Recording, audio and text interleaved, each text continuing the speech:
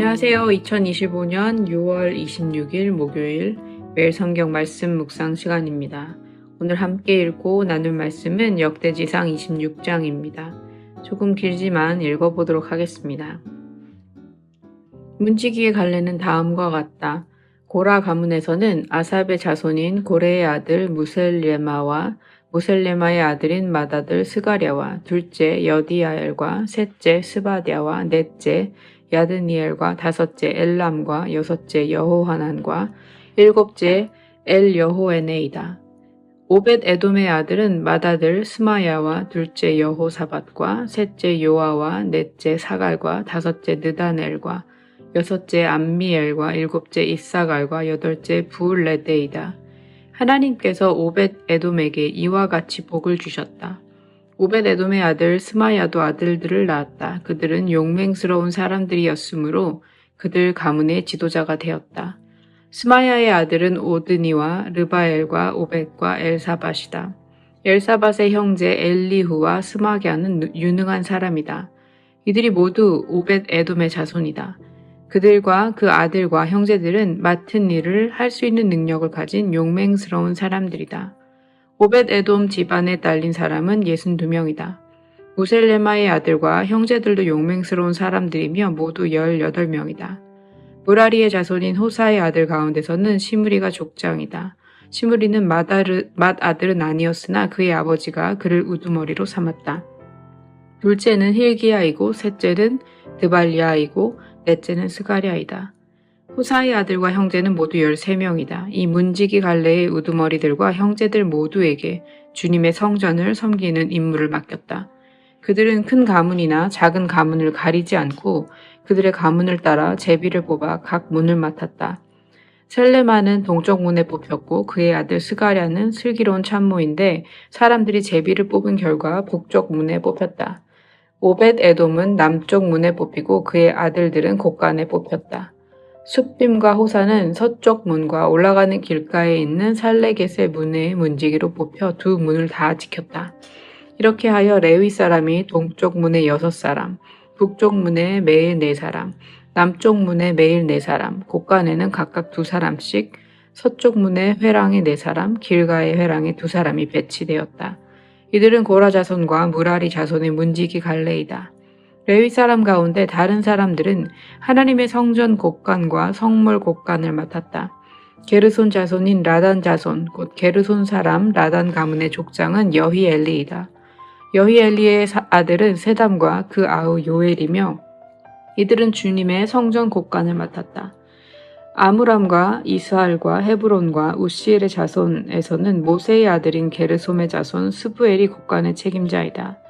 그의 아우인 엘리에셀에게는 그의 아들 르하랴와 르하랴의 아들 여샤야와 여사야의 아들 요람과 요람의 아들 시그리와 시그리의 아들 슬로못이 있다. 이 슬로못이 그의 가족들과 함께 성물을 보관한 모든 곳간을 관리하였다. 이 성물은 다윗 왕과 족장들과 천부장과 백부장과 군대 지휘관들이 구별하여 바친 물건들이다. 그들은 전쟁에서 빼앗은 물건들을 주님의 성전 건축과 수리를 위하여 구별하여 바쳤다. 선견자 사무엘, 기스의 아들 사울, 넬의 아들 아브넬, 스류아의 아들 요압이 구별하여 바친 모든 성물도 슬로못과 그의 가족들이 관리하였다. 이스라엘 사람 그나냐와 그의 아들들은 서기관과 재판관으로서 이스라엘의 일반 행정을 담당하였다. 헤브론 사람 하샤바와 그의 형제 가운데서 유능한 사람 1700명이 요단강 서쪽의 이스라엘을 관리하며 주님의 모든 일과 왕을 섬기는 일을 담당하였다. 헤브론 사람의 족장은 여리야이다. 다윗이 통치한 지 40년이 되던 해에 헤브론의 족보와 가문을 따라 길르앗의 야스엘에서 사람들을 조사하여 용사를 찾아냈다. 그의 친족 2700명은 용사들이며 이들은 모두 족장이었다. 다윗 왕이 그들을 르우벤과 갓과 므낫세 반쪽 지파의 관리자로 세워 하나님의 모든 일과 왕의 일을 담당하게 하였다.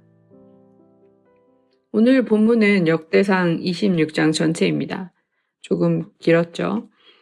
처음에 이 장을 읽으면 단순한 명단들로만 채워져 있는 것처럼 보이지만 이 안에는 하나님의 공동체가 어떻게 회복되고 조직되는지를 보여주는 깊은 신학적인 메시지가 담겨져 있습니다. 이 장은 다윗의 성전 준비 작업의 마지막 부분에 해당합니다. 앞선 24장과 25장에서 제사장들과 찬양대를 조직했다면 오늘 본문은 문지기와 재정 담당자 그리고 성전 밖에서의 행정과 재판 사역을 맡은 레위인들에 대한 기록입니다. 이 모든 조직은 단순히 행정의 편의를 위한 것이 아니라 하나님의 임재가 머무는 집을 거룩하게 유지하고 예배 공동체를 회복시키기 위한 신실한 준비 과정으로 볼 수 있습니다. 1절에서 19절까지는 성전 출입문을 지키는 문지기들이 소개됩니다. 고라 자손과 무라리 자손을 중심으로 구성된 이 문지기들은 각 문에 배치되어 성소의 거룩을 지키는 역할을 맡았습니다. 단순한 경비가 아니라 하나님의 임재 앞에 질서를 세우는 일을 맡은 것입니다. 특히 5절에 등장하는 오벳에돔은 역대지상 13장에서 하나님의 언약궤를 모신 인물로 하나님께 큰 복을 받은 사람입니다. 본문은 그의 자손들이 능력 있는 사람들로 세워졌다라고 말하는데 여기 사용된 히브리어 깃보르 하일은 강한 사람, 용사라는 의미도 있지만 재정적으로 유능하거나 성품이 훌륭한 사람을 뜻하는 말이기도 합니다. 즉, 이 문지기들은 단순히 문을 여닫는 사람들이 아니라 예배 공동체의 문지방에서 하나님의 질서를 지키는 신실한 사람들이었습니다. 그들의 문 배치는 제비뽑기를 통해 결정되었고 가장 책임이 무거운 동쪽 문은 셀레마에게 맡겨졌습니다. 구약시대의 중요한 결정은 제비뽑기를 통해 이루어졌는데요. 이는 하나님 앞에서의 직무가 임의로 주어진 것이 아니라 하나님의 방식으로 부르심을 받은 것임을 강조한다고 볼 수 있겠습니다. 20절부터 28절까지는 성전 안에 있는 보물과 성물을 관리하는 레위인들의 이름이 나옵니다.